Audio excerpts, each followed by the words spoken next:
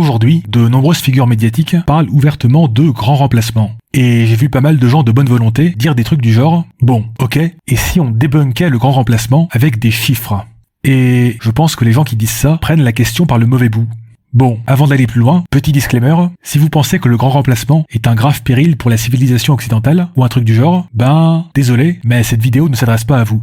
Bon, on parlera peut-être de ces histoires de péril civilisationnel un autre jour, mais c'est pas le sujet ici. Ici, je m'adresse aux gens qui veulent débunker le grand remplacement. J'en ai notamment vu pas mal dans les cercles sceptiques/zététiciens. Et pour illustrer le problème, je vais faire une analogie avec l'avortement. Imaginons qu'il y ait un mouvement anti-avortement radical qui, à chaque fois qu'il parle d'avortement, parle de meurtre atroce de bébés. Et mettons qu'ils disent un truc du genre, en 2020, en France, il y a eu 250 000 meurtre atroce de bébés. Et là, Jean-Michel zététicien débarque et rétorque, faux. En 2020, il y a eu seulement 222 000 meurtre atroce de bébés. En France. Oui, vous m'avez bien entendu, les chiffres sont formels. En 2020, en France, seulement 222 000 bébés innocents ont été horriblement assassinés. #debunk, #fact-checking. Vous voyez le problème ? Là, Jean-Michel zététicien a débunké une erreur de chiffre, donc 222 000 au lieu de 250 000. Ok, cool.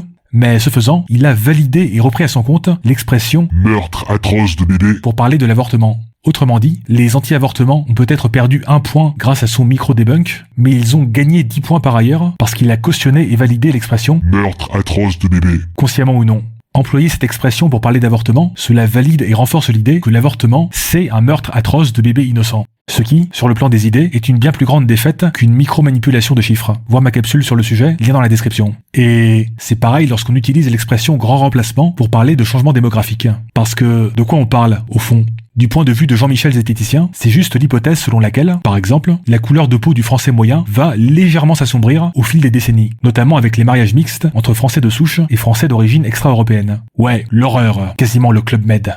Mais utiliser l'expression grand remplacement pour parler de ça, ce n'est absolument pas neutre. Ça implique que nous sommes en train d'être remplacés par eux, par l'autre, par l'ennemi, et que c'est très grave et très inquiétant. On pense à la série Les Envahisseurs, où des extraterrestres aux petits doigts raides se glissent parmi les humains. Ou plus récemment, à la série Brain Dead, où des membres du Congrès américain sont progressivement affectés et remplacés par des aliens dévoreurs de cerveau. Bref, ça évoque un imaginaire très anxiogène. Et lorsqu'on utilise l'expression grand remplacement pour parler de changement démographique, on valide l'idée que ce changement démographique, dans la mesure où il existe, est quelque chose de grave et d'anxiogène. Voire que c'est un enjeu existentiel. Quelque chose qu'il faudra combattre par tous les moyens possibles. À chaque fois que monsieur et madame tout le monde utilisent l'expression grand remplacement, c'est une victoire pour les identitaires ethno-nationalistes. Et ce, même si on utilise cette expression pour expliquer que ce remplacement est moins rapide qu'ils ne le disent. Ça, c'est un aspect très secondaire. L'important, pour eux, c'est surtout qu'on valide l'idée que le changement démographique est un remplacement, que nous sommes en train d'être remplacés et que c'est grave, angoissant et qu'on devrait lutter contre, avec des déportations légales, par exemple, comme certains se plaisent à le suggérer, de manière de plus en plus décomplexée.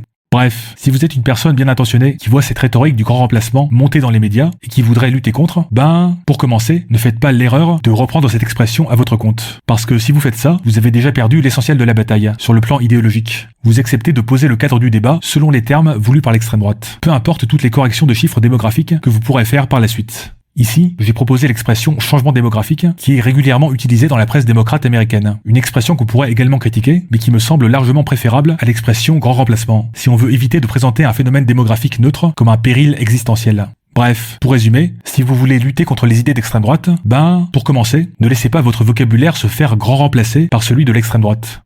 Alors, que pensez-vous de tout ça ? N'hésitez pas à le dire en commentaire.